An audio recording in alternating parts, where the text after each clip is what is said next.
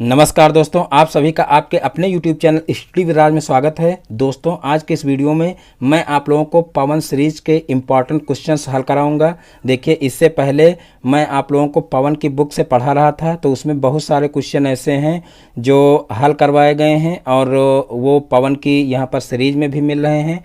तो वो क्वेश्चन यहाँ पर सॉल्व नहीं कराए जाएंगे, और जो थोड़े बहुत क्वेश्चन अलग से दिए गए हैं यानी कि पवन की बुक से मैच नहीं कर रहे हैं या तो वहाँ पर सॉल्व नहीं कराए गए हैं, तो वो क्वेश्चन यहाँ पर सॉल्व करवाए जाएंगे। तो यहाँ पर देखिए, पवन सीरीज का ये पहला क्वेश्चन है। तो देखिए, पहला क्वेश्चन क्या है। पार्श्व चित्र में ओ वृत्त का केंद्र है, कोण बी ए सी का मान 40 डिग्री है, तो कोण ओ बी सी का मान तथा कोण ओ सी, देखिए यहाँ पर कोण लिखना रह गया, कोण ओ सी बी का मान ज्ञात कीजिए। यानी कि यहाँ पर देखिए कहा गया है कि ओ जो है वो वृत्त का केंद्र है और कोण बी ए सी, देखिए बी ए सी दिया हुआ है 40 डिग्री, तथा कोण ओ बी सी यानी कि ये वाला कोण, और जो है ओ सी बी यानी कि ये वाला कोण ज्ञात करना है। तो देखिए इसको कैसे सॉल्व करेंगे। यहाँ पर देखिए, ये एक जीवा है यानी कि जो बीसी भुजा है, ये बीसी क्या है, ये वृत्त की जीवा है, और एक ही जीवा द्वारा वृत्त के केंद्र पर बना कोण परिध पर बने कोण का 2 गुना होता है। तो यही यहाँ पर प्रमेय लगा देंगे। तो देखिए प्रमेय क्या है, एक ही जीवा द्वारा वृत्त के केंद्र पर बना कोण, वृत्त के केंद्र पर बना कोण परिध पर बने कोण का, परिध पर बने कोण का 2 गुना होता है, 2 गुना होता है। ये हो जाएगा प्रमेय। और देखिए इसके जरिए यानी कि इस प्रमेय की सहायता से यहाँ पर ये कोण निकाला जा सकता है। तो यहाँ पर हम लिख लेंगे कि कोण बी ओ सी बराबर क्या हो जाएगा, 2 कोण बी ए सी, यानी कि बी ए सी का 2 गुना हो जाएगा। तो 2 गुणे कोण बी ए सी। तो इस प्रकार से यहाँ पर देखिए बी ए सी दिया हुआ है, यहाँ पर देखिए बी ए सी 40 डिग्री दिया हुआ, तो यहाँ पर 2 गुणे 40 डिग्री हो जाएगा। तो इस प्रकार से ये कोण 80 डिग्री निकल आएगा। अब देखिए हमको निकालने ये दोनों कोण हैं और ये हमारा निकल चुका है। तो यहाँ पर हम लिख लेंगे कि त्रिभुज बी ओ सी में यहाँ पर देखिए ये जो ओ बी और ओ सी है ये बराबर होंगी। ओ बी बराबर ओ सी क्यों बराबर होंगी, क्योंकि वृत्त की त्रिज्याएं हैं। यहाँ पर लिख लेंगे चूँकि वृत्त की त्रिज्याएं हैं इसलिए ये बराबर होंगी, त्रिज्याएं हैं। इस तरीके से ब्रैकेट में लिख लेंगे, यानी कि ओ बी बराबर ओ सी हो जाएगा। तो यहाँ पर देखिए जब ओ बी बराबर ओ सी हो जाएगा तो ये दोनों कोण भी बराबर होंगे, इसलिए यहाँ पर हम लिख सकते हैं अतः कोण ओ बी सी बराबर कोण ओ सी बी बराबर x डिग्री मान सकते हैं। यहाँ पर देखिए दोनों बराबर होंगे तो दोनों के बराबर में जो है x माना जा सकता है। और अब देखिए त्रिभुज के तीनों अंतः कोणों का जो योग होता है वो 180 डिग्री के बराबर होता है। तो यहाँ पर वही फार्मूला यहाँ पर लगा देंगे कि कोण बी ओ सी प्लस कोण, देखिए बी ओ सी प्लस कोण ओ सी बी प्लस कोण सी बी ओ, इस तरीके से जो है इन तीनों कोणों का योग कितना हो जाएगा, 180 डिग्री के बराबर हो जाएगा। अब यहाँ पर देखिए बी ओ सी ये वाला हम निकाल चुके हैं। यहाँ पर देखिए बी ओ सी 80 डिग्री, तो यहाँ पर इसकी जगह पर 80 डिग्री लिख लेंगे, और प्लस ओ सी बी यहाँ पर देखिए x डिग्री रख देंगे, क्योंकि माने हैं ऊपर कि माना इसका कोण x डिग्री है। और ओ बी सी, देखिए ओ बी सी कहो चाहे सी बी ओ कहो, यानी कि ये कोण जो है यही माना जाएगा बी वाला।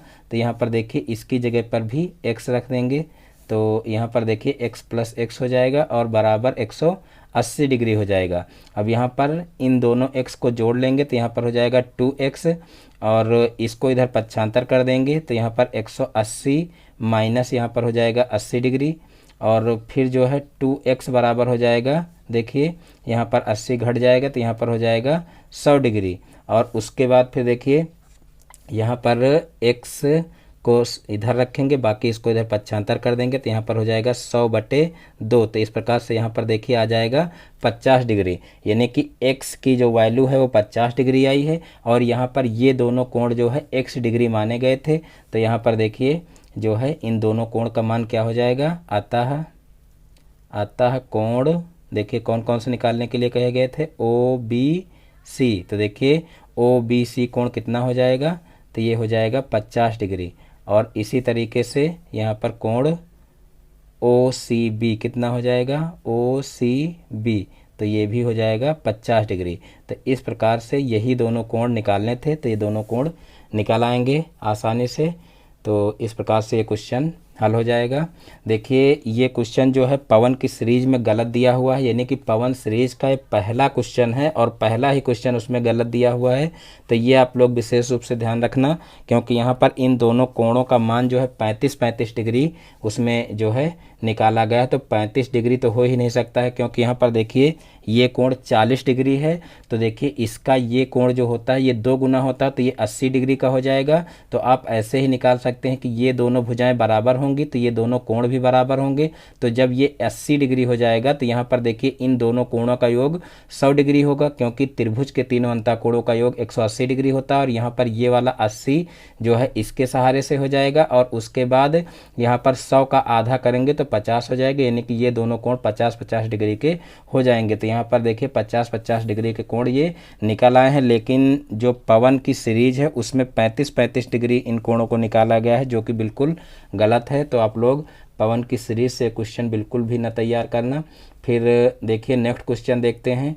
तो देखिए नेक्स्ट क्वेश्चन है, पार्श्व चित्र में O वृत्त का केंद्र है, ABCD एक चक्रीय चतुर्भुज है, यदि कोण ADC 140 डिग्री हो तो कोण BAC ज्ञात कीजिए। ये क्वेश्चन भी देख लीजिए 2018 में पूछा गया है, और इससे पहले जो क्वेश्चन अभी पढ़ाएं ऊपर वाला ये 2019 में पूछा गया था, यानी कि ये सारे क्वेश्चन प्रीवियस ईयर के क्वेश्चन हैं, इंपॉर्टेंट क्वेश्चन हैं और चक्रीय चतुर्भुज से संबंधित हैं। तो चलिए देखते हैं इस क्वेश्चन को। यहाँ पर कहा गया है कि जो ये O है ये वृत्त का केंद्र है, और ABCD जो है ये एक चक्रीय चतुर्भुज है। चक्रीय चतुर्भुज का मतलब देखिए कि इसके जितने भी शीर्ष हैं वो वृत्त की जो वृत्त जो है बना हुआ है इस वृत्त की परिधि पर पड़ रहे हैं। देखिए ये भी शीर्ष और ये और ये और ये चारों शीर्ष इसके जो है वो वृत्त की परिधि पर पड़ रहे हो, यानी कि कोई भी चतुर्भुज अगर वृत्त के अंदर बना हुआ है और उसके चारों शीर्ष जो है वृत्त की परिधि पर पड़ रहे हो तो समझ लीजिए कि वो क्या होगा, एक चक्रीय चतुर्भुज होगा। तो यहाँ पर ABCD एक चक्रीय चतुर्भुज है ये कहा गया है। और ADC यानी कि कोण, देखिए ADC 140 डिग्री दिया गया है, तो कोण BAC ज्ञात कीजिए, यानी कि सिर्फ एक कोण निकालना है, कोण BAC। तो देखिए BAC यानी कि ये वाला कोण निकालना है हमको। तो चलिए देखते हैं इसको कैसे हल करते हैं। तो यहाँ पर सबसे पहले देखिए एक कंडीशन लगाएंगे, कह लीजिए एक परिमेय लगाएंगे कि चक्रीय चतुर्भुज के सम्मुख कोणों का योग 180 डिग्री होता है। तो यहाँ पर देखिए ये सबसे पहले लिख लेंगे, चक्रीय चतुर्भुज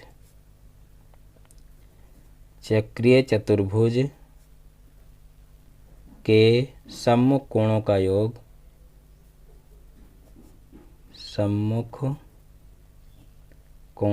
योग बराबर 180 डिग्री होता है।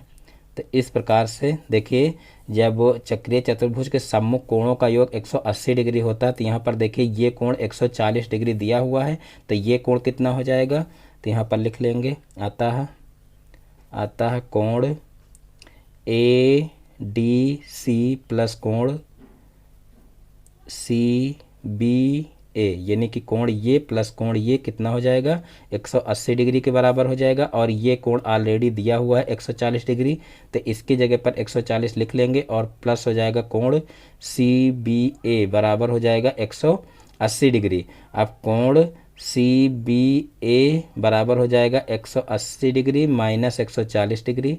अब यहाँ पर 180 में से 140 घटा देंगे तो यहाँ पर देखिए कोण CBA कितना हो जाएगा, तो ये हो जाएगा 40 डिग्री, क्योंकि 180 में से जो है 140 घटाएंगे तो कितना आ जाएगा, 40 डिग्री आ जाएगा। यानी कि हमारा ये कोण निकल आया है। और अब हमको देखिए ये कोण निकालना है और ये कोण निकालना है, क्योंकि देखिए हमको निकालना तो ये है लेकिन ये आसानी से निकलेगा नहीं, क्योंकि परिमेय की सहायता से हमको एक कोण ये निकालना पड़ेगा, उसके बाद ये निकालना पड़ेगा, सबसे लास्ट में निकलेगा। तो यहाँ पर देखिए अब एक दूसरी परिमेय जो है लगा देंगे कि अर्धवृत्त में बना कोण समकोण होता है, या जो है इसी परिमेय को दूसरे शब्दों में कह सकते हैं कि व्यास द्वारा वृत्त की परिधि पर बना कोण समकोण होता है। तो देखिए ये एक व्यास है, आप लोगों को पता होगा। देखिए इतनी कहा जाए तो ये इतनी त्रिज्या होगी, लेकिन ये पूरा इतना क्या होगा, व्यास होगा, क्योंकि ये जो है देखिए केंद्र से भुजा जा रही है और केंद्र से जाने वाली भुजा क्या होती है, व्यास होती है। तो यहाँ पर देखिए ये व्यास हो जाएगा और जो है यहाँ पर ये जो है इस व्यास द्वारा बना कोण है वृत्त की परिधि पर, यानी कि ये कोण जो है वो कितना हो जाएगा, 90 डिग्री का हो जाएगा। और अगर परिमेय जो पहले बताए हैं यानी कि अर्धवृत्त में बना कोण समकोण होता है, तो देखिए अर्धवृत्त का मतलब देखिए ये वृत्त जो है आधा हो गया है, इस अर्धवृत्त में ये कोण जो बनेगा वो कितना होगा, वो 90 डिग्री का होगा। तो आप दोनों में से कोई भी परिमेय लिख सकते हैं, दोनों का मतलब एक ही है। तो यहाँ पर हम लिख लेते हैं कि अर्धवृत्त में बना कोण समकोण होता है, अर्धवृत्त में बना कोण समकोण होता है, बना कोण समकोण होता है।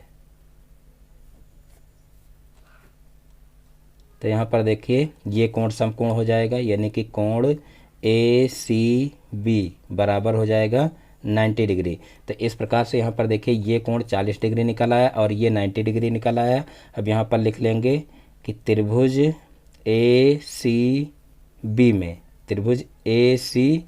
में कोण A प्लस कोण B प्लस कोण C बराबर कितना हो जाएगा, 180 डिग्री हो जाएगा, क्योंकि त्रिभुज के तीनों अंतःकोणों का योग 180 डिग्री होता है। तो यहाँ पर देखिए कोण A हमको निकालना है, क्योंकि कोण A ही कहा गया है निकालने के लिए। तो यहाँ पर देखिए कोण A हमको निकालना है और जो है कोण B देखिए कितना आया है, अभी ऊपर निकाल चुके हैं 40 डिग्री, तो यहाँ पर 40 डिग्री लिख लेंगे। और कोण C ऊपर निकाल चुके हैं, देखिए ये यहाँ पर ACB ये 90 डिग्री आया है, तो यहाँ पर 90 डिग्री लिख लेंगे और बराबर हो जाएगा 180 डिग्री। अब यहाँ पर देखिए कोण A है, अब यहाँ पर देखिए कोण A को जो है इधर रखेंगे, बाकी इनको उधर पक्षांतर कर देंगे, तो यहाँ पर हो जाएगा 180 डिग्री और माइनस यहाँ पर देखिए 9 4 13 यानी कि 130 डिग्री हो जाएगा, और इधर जाएगा तो ये माइनस में हो जाएगा, यानी कि 180 माइनस 130 डिग्री हो जाएगा। और फिर जो है देखिए कोण A कितना आ जाएगा, यानी कि 180 में से 130 को घटा देंगे तो यहाँ पर कोण A आ जाएगा 50 डिग्री। तो इस प्रकार से जो है ये क्वेश्चन भी आसानी से हल हो जाएगा, यानी कि कोण A जो है वो कितना आ जाएगा, 50 डिग्री आ जाएगा। यानी कि यहाँ पर देखिए ये कोण 140 दिया था, इसकी सहायता सबसे पहले ये कोण निकाले तो ये 40 डिग्री आ गया।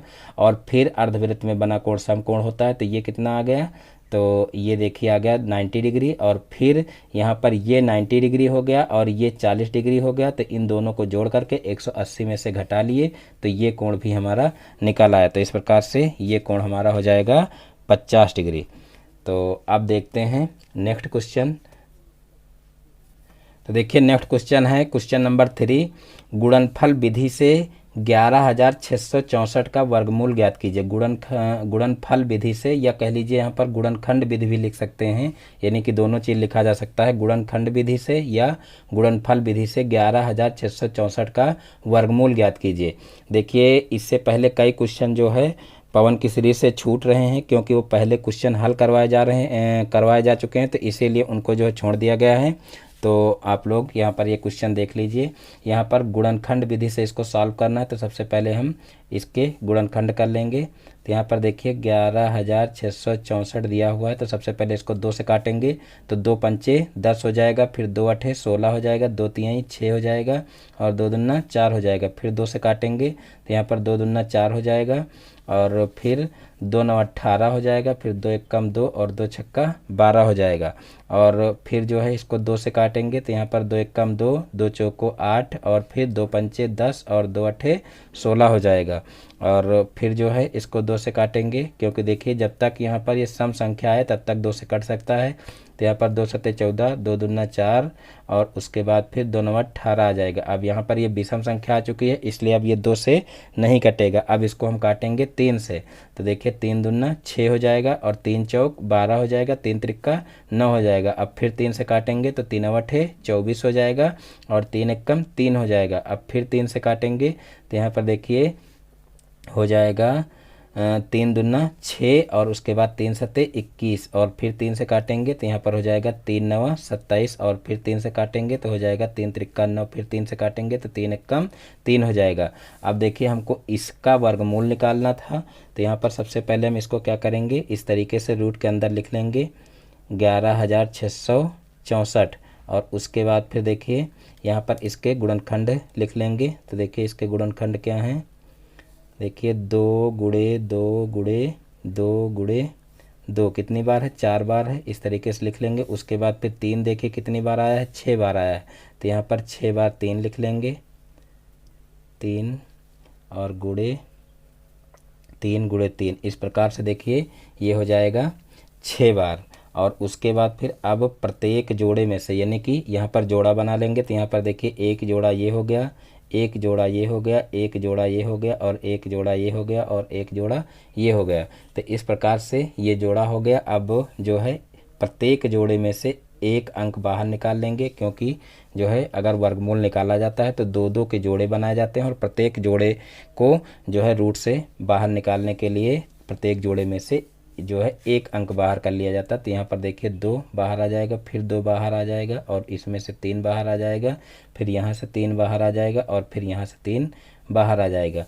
तो इस प्रकार से देखिए यहाँ पर कितना हो जाएगा, यानी कि इन सभी का गुणा कर लेंगे और जो गुणनफल आएगा वही जो है इसका उत्तर हो जाएगा। तो यहाँ पर देखिए 2 दूना 4 और 4 3 12 हो जाएगा और फिर 3 त्रिक्का 9 हो जाएगा, यानी कि 12 गुणे 9, इसका अगर हम गुणा कर लें तो देखिए कितना आएगा, 9 का 9, 9 दून 18, 18 का 8 और फिर 9 एक कम 9 और 1 10, यानी कि यहाँ पर आ जाएगा 108। तो इस प्रकार से 108 ही इसका आंसर आ जाएगा।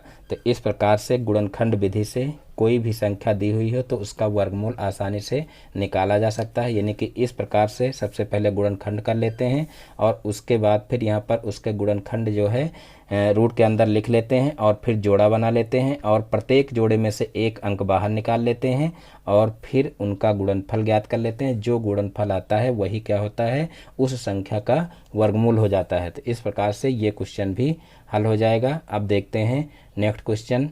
तो देखिए नेक्स्ट क्वेश्चन है क्वेश्चन नंबर 4, भाग विधि से देखिए 1849 का वर्गमूल ज्ञात कीजिए। तो देखिए यहाँ पर भाग विधि से इसको सॉल्व करना है। तो देखिए भाग विधि से कैसे सॉल्व करते हैं, तो यहाँ पर सबसे पहले देखिए हम क्या करेंगे, इसको जो है इस तरीके से लिख लेंगे, 1849 है तो इस तरीके से इसको लिख लेंगे और उसके बाद फिर देखिए 2 के जोड़े इसमें बनाते हैं। तो यहाँ पर एक जोड़ा ये हो गया, एक जोड़ा ये हो गया, यानी कि दाहिनी साइड से इसमें जोड़े बनाते हैं। अगर इधर यानी कि अगर जो है इसमें संख्याओं की संख्या विषम होती तो इधर लास्ट में एक संख्या बच जाती।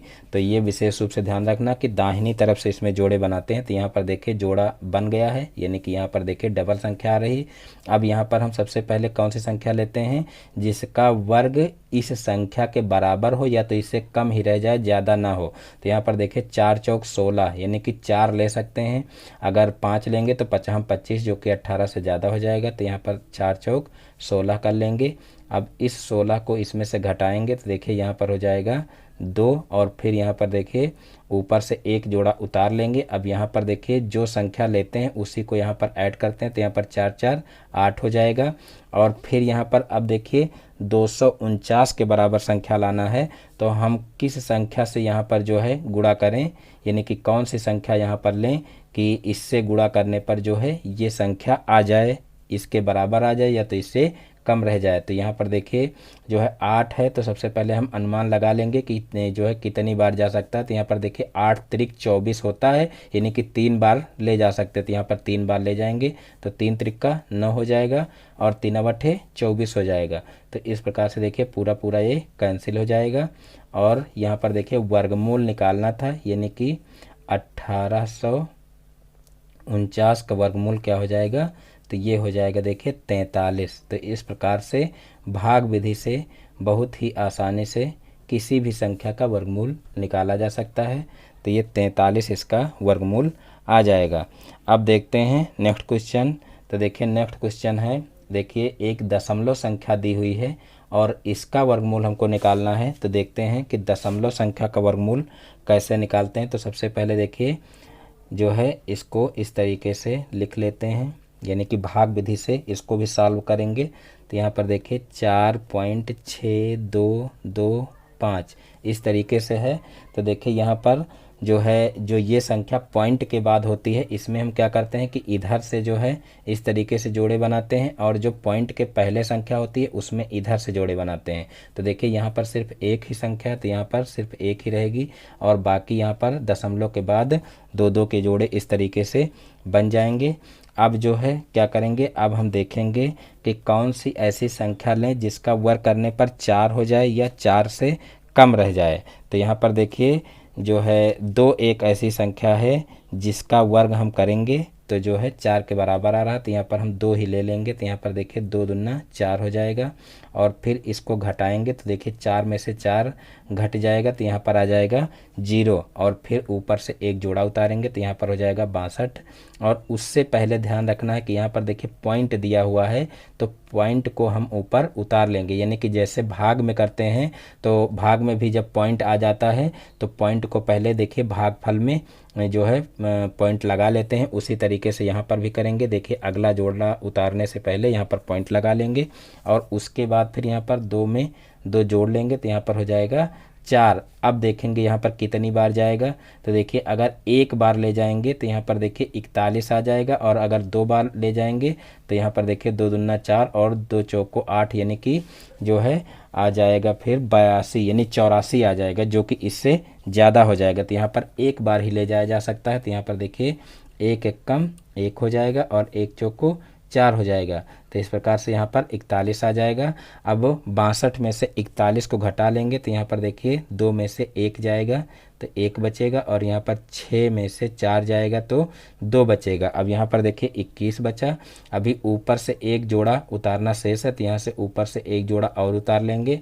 अब यहाँ पर हमको लाना है 2125। तो सबसे पहले हम यहाँ पर 1 इसमें जोड़ लेंगे। तो देखिए 1 जोड़ेंगे, देखिए इस संख्या में 1 जोड़ना, तो यहाँ पर 2 हो जाएगा और यहाँ पर 4 हो जाएगा। और अब देखिए हमको यहाँ पर 2125 लाना है। तो सबसे पहले हम अनुमान लगा लेंगे कि कितनी बार जा सकता है। तो यहाँ पर देखिए अगर 4 पंचे 20, देखिए यहाँ पर 4 की टेबल पढ़ेंगे और 21 से ज़्यादा ना हो तो 4 पंचे 20 और 4 छंग 24 हो जाएगा, यानी कि 6 बार ले जाएंगे तो ज़्यादा हो जाएगा, और 4 पंचे 20 यानी कि 5 बार जा सकता है। तो यहाँ पर हम 5 बार ले जा करके देखते हैं। तो देखिए 55 25 हो जाएगा, और फिर 5 दूना 10 तो 12 हो जाएगा, और फिर 5 चौक 20 हो जाएगा, और 20 एक 21 हो जाएगा। तो इस प्रकार से देखिए ये पूरा पूरा कैंसिल हो जाएगा, यानी कि यहाँ पर देखिए इसका वर्गमूल हमको निकालना था। तो इसको हम लिख लेंगे इस तरीके से रूट के अंदर 4.6225 इसका वर्गमूल हमको निकालना था। तो इसका वर्गमूल कितना आ जाएगा 2.15। तो इस प्रकार से ये क्वेश्चन भी आसानी से हल हो जाएगा, यानी कि कोई भी दशमलव वाली संख्या हो तो इस तरीके से आसानी से उसका वर्गमूल निकाला जा सकता है। अब देखते हैं नेक्स्ट क्वेश्चन। तो देखिए नेक्स्ट क्वेश्चन है क्वेश्चन नंबर 6, 0.00505331 का वर्गमूल ज्ञात कीजिए। यानी कि यहाँ पर देखिए ये संख्या दशमलव संख्या है दी हुई है और इसका वर्गमूल हमको निकालना है। तो अभी जिस तरीके से आप लोगों को जो है दशमलव संख्या का वर्गमूल ज्ञात करना सिखाया गया है उसी तरीके से आपको इसका वर्गमूल ज्ञात करना है। तो चलिए इसको भी एक बार देख लेते हैं, क्योंकि यहाँ पर देखिए 0 की संख्या ज़्यादा है इसलिए इसमें कंफ्यूज हो सकते हैं स्टूडेंट। तो यहाँ पर देखिए दिया हुआ है 0.0005, फिर 361।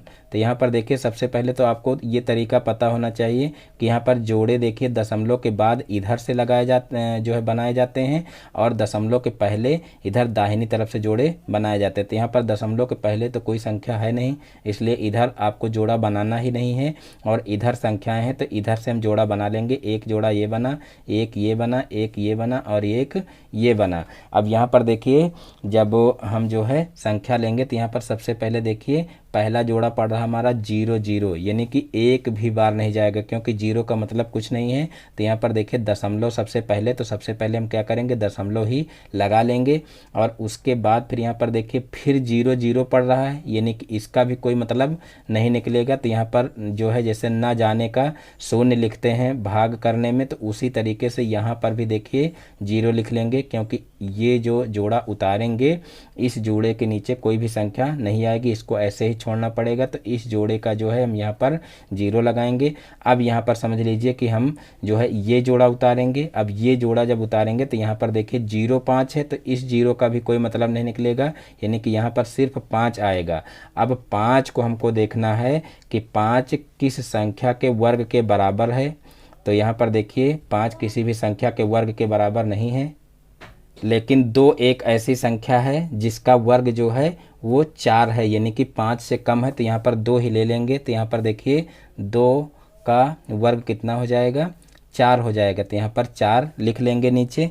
तो इस प्रकार से देखिए यहाँ पर इसको घटाएंगे तो कि देखिए 5 में से 4 को घटाएंगे तो कितना आ जाएगा, तो यहाँ पर आ जाएगा देखिए 1, और फिर यहाँ पर ऊपर से एक जोड़ा उतारेंगे तो यहाँ पर हो जाएगा 133। और अब देखिए 133 यहाँ पर आ गया है, और अब यहाँ पर देखिए 2 में 2 जोड़ लेंगे तो यहाँ पर आ जाएगा कितना, 4। अब कौन सी ऐसी संख्या लें जिसका वर्ग करने पर या कह लीजिए इस संख्या से गुणा करने पर इतना आ जाए। तो यहाँ पर देखिए आगे 4 है, तो सबसे पहले हम अनुमान लगा लेंगे कि 133 जो है लाने के लिए कितने से गुणा करना पड़ेगा। तो देखिए 4 3 12 होता है, यानी कि यहाँ पर 13 है, और जो है 4 3 12 होता है, यानी कि 3 बार अगर ले जाएं तो जा सकता है। तो यहाँ पर हम 3 बार ले जाएंगे। तो यहाँ पर देखिए 3 त्रिका 9 हो जाएगा, और फिर 3 चौक 12 हो जाएगा। अब यहाँ पर देखिए इसको घटा लेंगे तो यहाँ पर हो जाएगा देखिए 13, और 13 में से 9 जाएगा तो यहाँ पर 4 हो जाएगा, और फिर ऊपर से एक जोड़ा उतार लेंगे तो यहाँ पर हो जाएगा 461। अब यहाँ पर 461 हो जाएगा, और उसके बाद यहाँ पर देखिए इसमें 3 जोड़ लेंगे तो यहाँ पर हो जाएगा 46। और अब देखिए यहाँ पर अनुमान लगाएंगे कि कितनी बार जा सकता है। तो देखिए यहाँ पर 4 जो है 46 है, और यहाँ पर देखिए 4 की टेबल एक बार ही पढ़ेंगे तो 4 आ जाएगा। तो इस प्रकार से यहाँ पर अगर एक बार सिर्फ ले जाया जाए तो यहाँ पर देखिए 1 एकम 1, 1 छक्का 6 और 1 चौको 4। तो इस प्रकार से सिर्फ एक बार ही जा सकता है, तो यहाँ पर ये पूरा कैंसिल हो जाएगा। तो इस प्रकार से ये वर्गमूल हमारा निकल आएगा। तो इस प्रकार से नीचे इसको लिख सकते हैं कि रूट के अंदर अगर ये आ जाए 0.0005331, तो इसका जो है वर्गमूल कितना आ जाएगा, 0.0231। तो इस प्रकार से चाहे जितनी बड़ी संख्या अगर दशमलव में आ जाए तो उसका बहुत ही आसानी से इस तरीके से वर्गमूल निकाला जा सकता है। आप आराम से जोड़े बना करके और इसको हल करिए। अगर आपको हल करने का तरीका पता है तो निश्चित रूप से आपका आंसर सही आएगा। अगर आपको तरीका नहीं पता है तभी गलत हो सकता है। अगर आपको हल करने का सही तरीका पता है तो चाहे जितने 0 लगे हों दशमलव के बाद और चाहे जो संख्या दी हुई हो, आप आसानी से उसका वर्गमूल निकाल सकते हैं। तो चलिए देखते हैं अब नेक्स्ट क्वेश्चन। तो देखिए नेक्स्ट क्वेश्चन है क्वेश्चन नंबर 7। 2 पासों को एक साथ फेंकने पर अंकों का योग 4 होने की संभावना ज्ञात कीजिए। 2 पासों को एक साथ फेंकने पर अंकों का योग 4 होने की संभावना ज्ञात कीजिए। ये क्वेश्चन देख लीजिए 2018 और 2017 दोनों में पूछा गया है। इम्पॉर्टेंट क्वेश्चन है तो बहुत ही ध्यान से आप लोग समझना। तो देखिए जब 2 पासों को एक साथ फेंका जाता है तो कुल कितनी घटनाएं घटती हैं, तो सबसे पहले वो जान लेते हैं क्योंकि ये जानना ज़रूरी है। तो यहाँ पर देखिए यहाँ पर कौन कौन सी घटनाएं घटती हैं वो लिख करके मैं आप लोगों को बता रहा हूँ। देखिए मान लीजिए 2 पासों को एक साथ फेंका जाता है तो देखिए दोनों पासों में मान लीजिए सबसे पहले मान लीजिए एक एक आया दोनों में, और फिर जो है एक को स्थिर रखिए, फिर मान लीजिए एक में एक आया और दूसरे में दो आया। इसी तरीके से फिर जो है एक 3 हो जाएगा, और फिर एक 4 हो जाएगा, और फिर एक 5 हो जाएगा, और फिर एक 6 हो जाएगा। इस तरीके से जो है दो पासों को जब फेंकेंगे तो इस तरीके की घटनाएं घटेंगी। और यहाँ पर देखिए अब दो को स्थिर रखेंगे, यानी कि कुल मिलाकर के दो पासों को फेंकने पर कुल 36 घटनाएं घट सकती हैं। और यहाँ पर देखिए उन 36 घटनाओं में कौन कौन सी घटनाएं हैं, यहाँ पर जो है आप लोगों को मैं लिखकर बता रहा हूँ। तो यहाँ पर सबसे पहले देखिए कैसे लिखेंगे, एक को स्थिर रखेंगे, फिर जो है एक एक लिखेंगे, 1 2 1 3 1 4 1 5 1 6। इसी तरीके से फिर दो को स्थिर रखेंगे, तो एक में मान लीजिए दो आया तो एक में एक आ सकता है, और फिर इसी तरीके से दो दो आ सकता है, फिर दो 3 आ सकता है, फिर इसी तरीके से दो 4 आ सकता है, और फिर दो 5 आ सकता है, और फिर दो 6 आ सकता है। और उसके बाद अब जो है 3 को स्थिर रखेंगे, तो यहाँ पर देखिए 3 1 हो जाएगा, फिर 3 3 2 हो जाएगा, फिर 3 3 हो जाएगा, और फिर 3 4 हो जाएगा, और फिर 3 5 हो जाएगा, और फिर 3 6 हो जाएगा। और फिर देखिए अब 4 को स्थिर रखेंगे, तो यहाँ पर 4 1 हो जाएगा, और फिर 4 2 हो जाएगा, 4 3 हो जाएगा, और फिर 4 4 हो जाएगा, और 4 5 हो जाएगा, और फिर जो है 4 6 हो जाएगा। अब 5 को स्थिर रखेंगे, तो यहाँ पर देखिए 5 1 हो जाएगा, फिर 5 2 हो जाएगा, फिर 5 3 हो जाएगा, और फिर 5 4 हो जाएगा, और फिर 5 5 हो जाएगा, और फिर 5 6 हो जाएगा। और अब देखिए लास्ट में सबसे 6 को रखेंगे, तो यहाँ पर देखिए 6 1 हो जाएगा, और फिर 6 2 हो जाएगा, फिर 6 3 हो जाएगा, और फिर 6 4 हो जाएगा, और फिर 6 5 हो जाएगा, और फिर 6 6 हो जाएगा।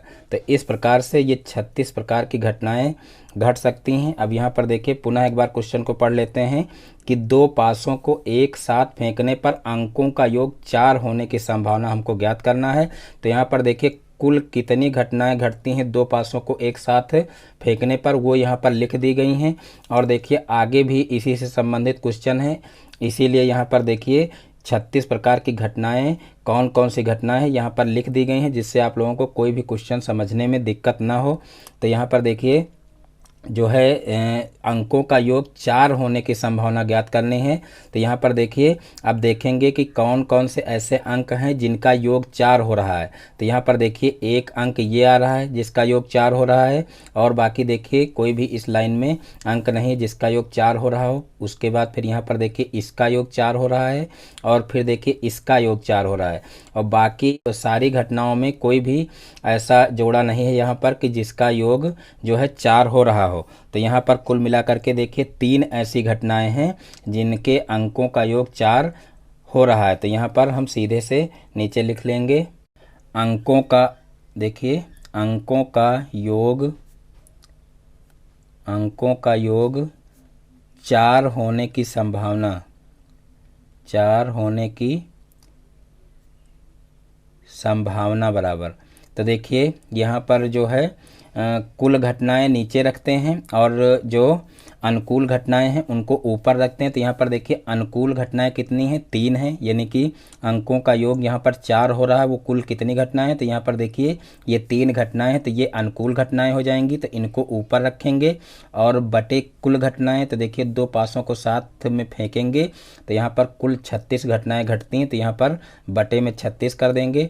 तो इस प्रकार से इसको सरल कर लेंगे, 3 एकम 3 हो जाएगा, और उसके बाद फिर देखिए 3 एकम 3 3 दूना 6, यानी कि कुल मिलाकर के यहाँ पर आ जाएगा 1/12। तो यानी कि अंकों का योग 4 होने की संभावना कितनी हो जाएगी, 1/12, और यही इसका आंसर हो जाएगा। तो इस प्रकार से ये क्वेश्चन आसानी से हल किया जा सकता है। अब देखते हैं नेक्स्ट क्वेश्चन।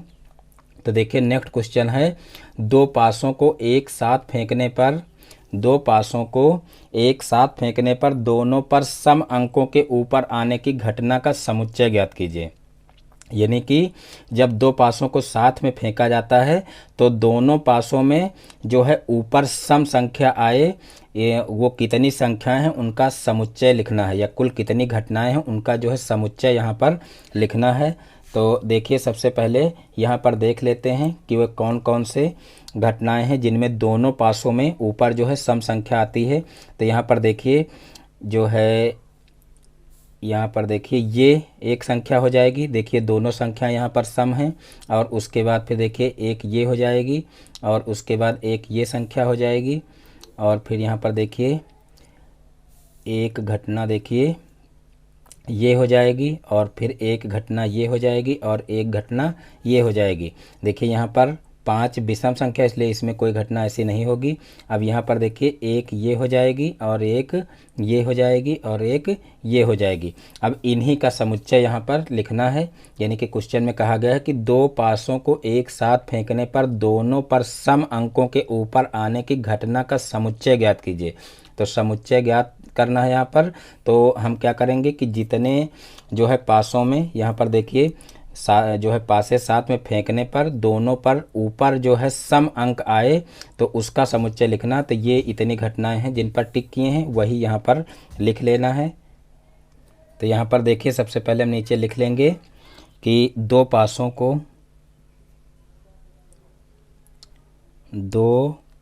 को एक साथ फेंकने पर, देखिए एक साथ फेंकने पर दोनों पर सम, दोनों के सम अंकों के ऊपर आने की घटना का समुच्चय ये हमको लिखना है। तो देखिए समुच्चय को क्या करते हैं कि जो है यहाँ पर मंझले ब्रैकेट के अंदर लिखते हैं। तो यहाँ पर देखिए अब ऊपर देख लेते हैं जो जो अंक जो है यहाँ पर टिक किए गए हैं, यानी कि अंकों का जोड़ा जो जो टिक किया गया है वही क्रम से लिख लेते हैं। तो यहाँ पर देखिए हो जाएगा 2,2, और उसके बाद फिर देखिए हो जाएगा 2,4। इस तरीके से देखिए छोटे ब्रैकेट के अंदर लिख लेंगे 2,4, और उसके बाद फिर देखिए हो जाएगा 2,6, और उसके बाद फिर देखिए 4,2 हो जाएगा, और उसके बाद फिर 4,4 हो जाएगा, और उसके बाद फिर 4,6 हो जाएगा, और उसके बाद फिर 6,2 हो जाएगा, और उसके बाद फिर 6,4 हो जाएगा, और फिर 6,6 हो जाएगा। तो इस प्रकार से ये इतनी घटनाएं हैं जिनमें जो है दोनों पर सम अंक आएगा। तो इस प्रकार से ये क्वेश्चन भी हल हो जाएगा। और सेम इसी से मिलता जुलता क्वेश्चन देखिए नेक्स्ट क्वेश्चन है कि दो पासों को एक साथ फेंकने पर विषम अंकों के ऊपर आने की घटना का समुच्चय ज्ञात करना है। तो यहाँ पर सेम उसी प्रकार से यहाँ पर भी लिख लेंगे। देखिए यहाँ पर क्वेश्चन को एक बार फिर पढ़ लेते हैं कि दो पासों को एक साथ फेंकने पर विषम अंकों के ऊपर आने की घटना का समुच्चय ज्ञात करना है, यानी कि दोनों पर विषम अंक आना चाहिए। जैसे यहाँ पर दोनों पर सम वाला टिक किए थे वैसे ही अब दोनों पर विषम वाला टिक करेंगे। तो यहाँ पर देखिए विषम वाली संख्याएं ज़्यादा हैं, क्योंकि यहाँ पर देखिए एक ये हो जाएगी, या गोले के अंदर कर लीजिए एक ये हो जाएगी, और एक यहाँ पर देखिए ये हो जाएगी, और फिर यहाँ पर देखिए एक ये हो जाएगी, और फिर यहाँ पर एक देखिए यहाँ पर दोनों विषम है, यहाँ पर भी दोनों विषम है, और यहाँ पर भी दोनों विषम है। और उसके बाद फिर यहाँ पर देखिए इसमें कोई भी विषम नहीं है, क्योंकि यहाँ पर देखिए दो आगे सब में लगा हुआ है। फिर इसमें देखिए एक ये हो जाएगी, और एक ये हो जाएगी, और फिर एक ये हो जाएगी, और फिर इस लाइन में कोई भी जो है नहीं होगा, क्योंकि सबके आगे 4 लगा हुआ है, 4 एक सम संख्या है। फिर यहाँ पर इसमें देखिए ये एक विषम हो जाएगी, और फिर यहाँ पर ये एक जोड़ा विषम का हो जाएगा, और फिर यहाँ पर ये हो जाएगा। उसके बाद फिर देखिए इसमें कोई भी संख्या नहीं होगी। तो देखिए लगभग में जितनी सम संख्याओं का जोड़ा था उतना ही विषम का भी आएगा। तो यहाँ पर अब इन्हीं को जो है क्या करेंगे क्रम से लिख लेंगे। तो यहाँ पर देखिए फिर लिख लेंगे कि दो पासों को एक साथ फेंकने पर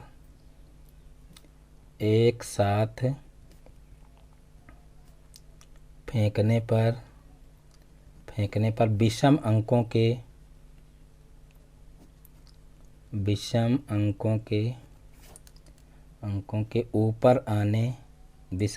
के ऊपर आने की घटना का समुच्चय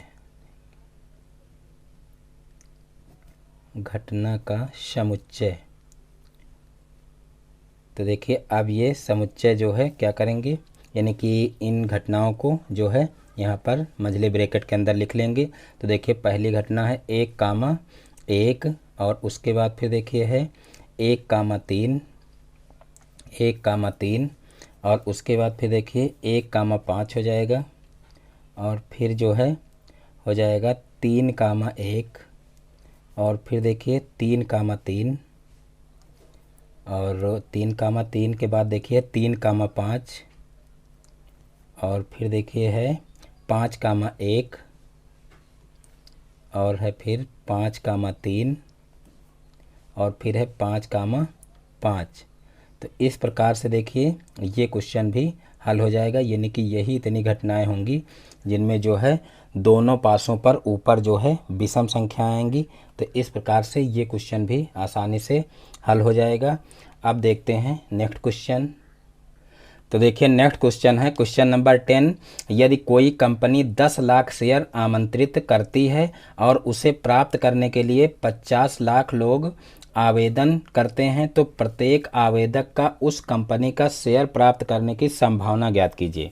यदि कोई कंपनी 10 लाख शेयर आमंत्रित करती है, यानी कि जो है कोई कंपनी है वो अपने जो है 10 लाख शेयर आमंत्रित करती है, लेकिन उसे प्राप्त करने के लिए ये 50 लोग आवेदन करते हैं, यानी कि आवेदन जो है ज़्यादा हो जाते हैं।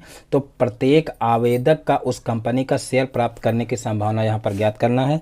तो यहाँ पर सीधे से हम जो है फार्मूला लगा देंगे, शेयर प्राप्त करने की संभावना बराबर शेयर प्राप्त करने की संभावना बराबर तो देखिए यहाँ पर हो जाएगा अनुकूल घटनाएं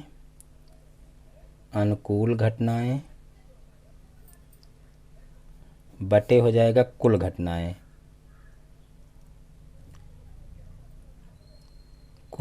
तो देखिए अनुकूल घटनाएं क्या हैं, तो देखिए अनुकूल घटनाएं यहाँ पर हो जाएगा 10 लाख।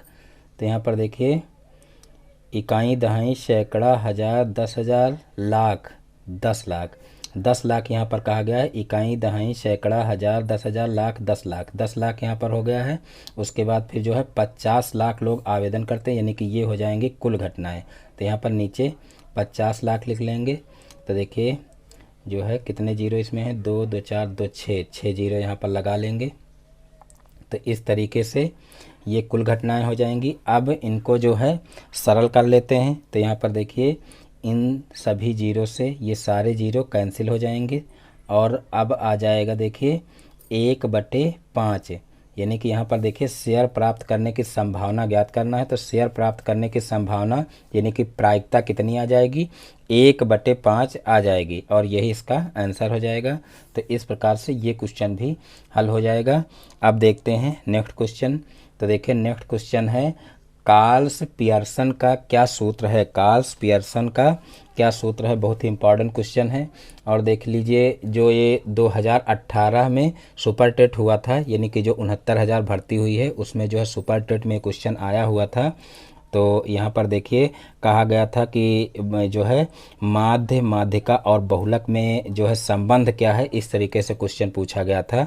तो इम्पॉर्टेंट क्वेश्चन है और इस पर स्टूडेंट ध्यान भी नहीं देते हैं, यानी कि ज़्यादातर स्टूडेंट को ये फार्मूला याद नहीं होता है। तो आप लोग इसको जो है ध्यान से देख लीजिए, ये क्वेश्चन भी कभी कभी पूछ लिया जाता है एग्जाम में। तो देखिए कार्ल्स पियर्सन का क्या सूत्र है। तो देखिए ये फार्मूला है इसका, बहुलक बराबर होता है 3 गुणे माध्यिका और माइनस होता है 2 गुणे माध्य, ये फार्मूला इसका होता है। काल्स पियर्सन का सूत्र जो होता है वो क्या होता है, बहुलक बराबर 3 गुणे माध्य का और -2 गुणे माध्य।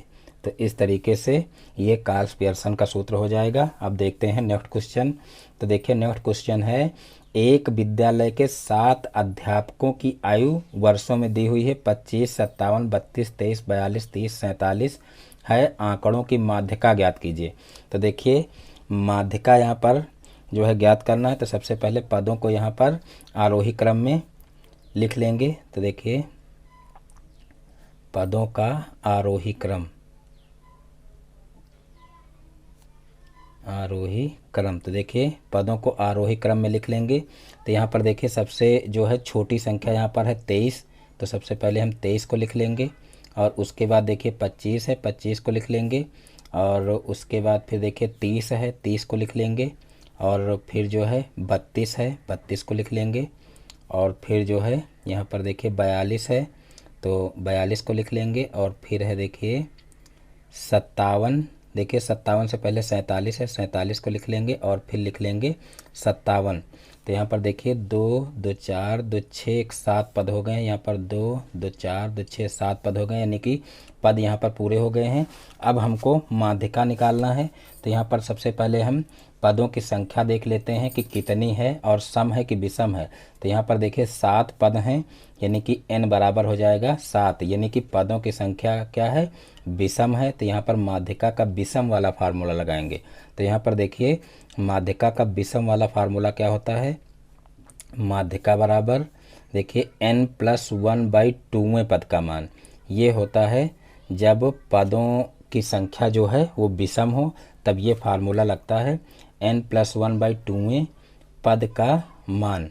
तो यहाँ पर देखिए यहाँ पर n का मान कितना है, 7 है। तो यहाँ 7 + 1/2 हो जाएगा और अब देखिए यहाँ पर 8/2 हो जाएगा और उसके बाद इसको सरल करेंगे तो यहाँ पर हो जाएगा 4, यानी कि चौथे पद का मान, चौथे पद का मान यहाँ पर जो होगा वही क्या हो जाएगा, वही इसकी माध्यिका हो जाएगी। तो देखिए चौथा पद कौन सा होगा, 1, 2, 3, 4, यानी कि यहाँ पर 32 जो है वो चौथा पद है, यानी कि 32 ही इसकी माध्यिका हो जाएगी। तो इस प्रकार से ये क्वेश्चन भी आसानी से हल हो जाएगा। अब देखते हैं नेक्स्ट क्वेश्चन। तो देखिए नेक्स्ट क्वेश्चन है, किसी कक्षा की 8 बालिकाओं की ऊंचाई सेंटीमीटर में क्रमशः देखिए 140, 142, 135, 133, 137, 150, 148 तथा 138 है। आंकड़ों की माध्यिका ज्ञात कीजिए, यानी कि माध्यिका से संबंधित ये भी क्वेश्चन है। तो देखिए इसको कैसे हल करेंगे। तो सबसे पहले आंकड़ों को आरोही क्रम में लिख लेंगे। तो देखिए आंकड़ों का आरोही क्रम बराबर आंकड़ों का आरोही क्रम। तो देखिए इनको सबसे पहले हम आरोही क्रम में लिख लेंगे। तो देखिए सबसे छोटी संख्या यहाँ पर है 133, तो यहाँ पर 133 लिख लेंगे और फिर जो है 135 है और फिर जो है 137 है और फिर है देखिए 138 और फिर देखिए 140 है और 140 के बाद फिर देख लीजिए जो है 142 है और फिर जो है 148 हो जाएगा और 148 के बाद फिर देखिए 148 के बाद 150 हो जाएगा। तो इस प्रकार से देखिए यहाँ पर 1, 2, 3, 4, 5, 6, 7, 8, 8 पद हो गए। यहाँ पर भी गिन लेंगे 1, 2, 3, 4, 5, 6, 7, 8, यानी कि कुल पद यहाँ पर लिख लिए गए हैं। और पदों की संख्या कितनी है यहाँ पर, तो देखिए पदों की संख्या है 8, जो कि एक सम संख्या है। तो यहाँ पर देखिए माध्यिका का जो फार्मूला लगेगा वो सम वाला लगेगा, यानी कि सम का फार्मूला जो है अलग होता है और विषम का फार्मूला अलग होता है। लेकिन यहाँ पर मैं आप लोगों को थोड़ा सा जो है ट्रिक बता रहा हूँ। यहाँ पर फार्मूला जो है ना लगा करके इसको ऐसे भी हल किया जा सकता है, यानी कि कभी कभी ऐसा होता है कि जो है सम वाला फार्मूला याद नहीं आता है, यानी कि विषम वाला फार्मूला तो आसान होता है n+1/2 2वें पद का मान। तो इस तरीके से ये फार्मूला आसान होता है, लेकिन जो माध्यिका का सम वाला फार्मूला होता है वो थोड़ा सा कठिन होता है, यानी कि पहले जो है n/2वें पद का मान और फिर n/2 + 1वें पद का मान बटे 2, ये फार्मूला होता है। तो कभी कभी मान लीजिए फार्मूला आप लोग भूल गए तो उस कंडीशन में इसको कैसे करेंगे, तो यहाँ पर उसी विधि से फार्मूले को यानी कि उसी विधि से जो है सवाल को आप लोगों को बता रहे हैं। तो देखिए माध्यिका कैसे ज्ञात करेंगे। तो यहाँ पर देखिए कुल जो है 8 पद हैं। तो 8 पदों में हम क्या करेंगे कि 3 पद देखिए इधर किनारे के 3 पद अलग कर लेंगे और 3 पद देखिए सबसे लास्ट वाले अलग कर लेंगे। अब बीच में जो ये 2 पद बचे हैं इनको क्या करेंगे, इनको जोड़ करके इनको जो है जोड़ करके 2 से भाग कर दीजिए, यानी कि इनका आधा कर दीजिए और जो आएगा वही इसकी माध्यिका होगी। तो यहाँ पर देखिए बीच में 2 पद यही आ रहे हैं, यानी कि जो भी विषम संख्या यहाँ पर जो भी सम संख्या आ रही हो, 8 है जैसे 10 है 16 है 14 है, इस तरीके से चाहे जो संख्या आ जाए तो उसमें देखिए क्या करेंगे कि शुरुआत के जो पद होंगे उनको अलग कर लेंगे और लास्ट के अलग कर लेंगे। बीच में हमको 2 पद यहाँ पर चुनना है जो बीचों बीच में आते हों, उनको जोड़ करके और 2 से भाग कर लेंगे तो वही उसकी माध्यिका हो जाएगी। तो यहाँ पर देखिए बीच में जो है 138 आ रहा है और 140 आ रहा है, तो इन दोनों को जोड़ लेंगे और बटे में 2 कर लेंगे। तो यहाँ पर देखिए हो जाएगा कितना, तो यहाँ पर हो जाएगा देखिए 278। तो यहाँ पर देखिए 278 बटे 2 हो जाएगा। अब इसको जो है सरल कर लेंगे। तो यहाँ पर देखिए सरल करेंगे तो 2 एकम 2 हो जाएगा और फिर देखिए 2 तिहाई 6 हो जाएगा और फिर 2 अठे 16 हो जाएगा, सॉरी 2 9 18 हो जाएगा क्योंकि यहाँ पर 18 हो रहा है। तो यहाँ पर 2 9 18 हो जाएगा। तो इस प्रकार से यहाँ पर देखिए 139 आ जाएगा। तो इस प्रकार से यही इसकी माध्यिका हो जाएगी, यानी कि 139 सेंटीमीटर, यानी कि यहाँ पर देखिए जो है ऊंचाई सेंटीमीटर में दी हुई थी, तो यहाँ पर देखिए 139 सेंटीमीटर इसकी माध्यिका आ जाएगी। तो इस प्रकार से ये क्वेश्चन भी आसानी से हल हो जाएगा। तो इस प्रकार से आज के सारे क्वेश्चन समाप्त होते हैं। मैं उम्मीद करता हूँ कि आज के सारे क्वेश्चन आप लोगों को बहुत ही अच्छे समझ में आ गए होंगे। दोस्तों यदि हमारा वीडियो पसंद आया तो वीडियो को लाइक करें और चैनल पर नए हैं तो चैनल को सब्सक्राइब करें और बेल आइकन को भी प्रेस कर लें, जिससे हमारे आगे आने वाले वीडियो का नोटिफिकेशन आपके मोबाइल पर सबसे पहले पहुंचे। फिर मिलते हैं अपने नेक्स्ट वीडियो में एक नए टॉपिक के साथ में। तब तक के लिए जय हिंद, वंदे मातरम।